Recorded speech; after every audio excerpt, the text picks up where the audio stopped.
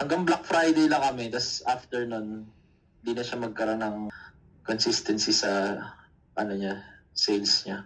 Sige daw, patingin ako. Nilagay ko lang lahat na winning. Then, isa lang yung pinaprioritize niya. Tama ba to, coach, na pagka naka-ESC, hindi ko siya gagalawin for 2 to 3 days ka na? Magkano, pwede ko na ito magkano patayin? magkano yung product mo? Product ko, teka lang, 4.8. Paano ba palitan dito AUD? Ayun, yung Philippines di kaliwa. Ayun, AUD. Australia. Yeah. 125, coach. Sige, patingin daw ako ng cost mo. 70. 74, no? Pwede pa yan eh. Ilang araw na yung nagra-run? Ay, dito. Ilang araw na? Tuesday ata. Tuesday? Ah, Tuesday lang ngayon. 2 days. 2 days na. Pwede pa yan. Antay mo hanggang bukas. Pero ano, Kasi talagang creatives. i-preview mo nga. Put your dog's personality. O, yung mga ginawa mong creatives, ganun din ba? Hindi, coach. Ito, Bakit? naalala mo yung split ad. So, ayan. It's may picture. Then, ito, nagbigay din kasi ito ng purchase. Parang siya, POV ng paggagawa.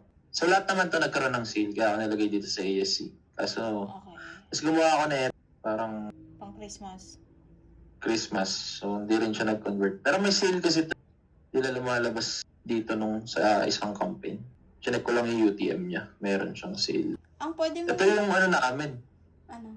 Yung parang ito yung parang winning ad ko. Then, nag-die out lang.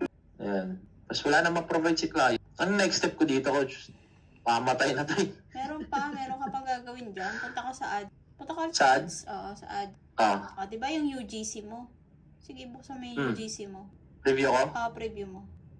Ayan. Di ba siya yung mas pinapaboran ni FB? That means, yun yung style na relevant dun sa target mo. So, gagawin mo, duplicate mo yan.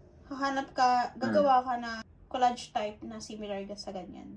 Tapos lagay mo lang dyan. So, grid type. Collage? Oo, yung collage yun eh. Di ba, pata picture? Ang gagawin ko, dupe ko to. Tulad dupe. So, duplicate mo, gagawa ka ng similar yan. Similar yan.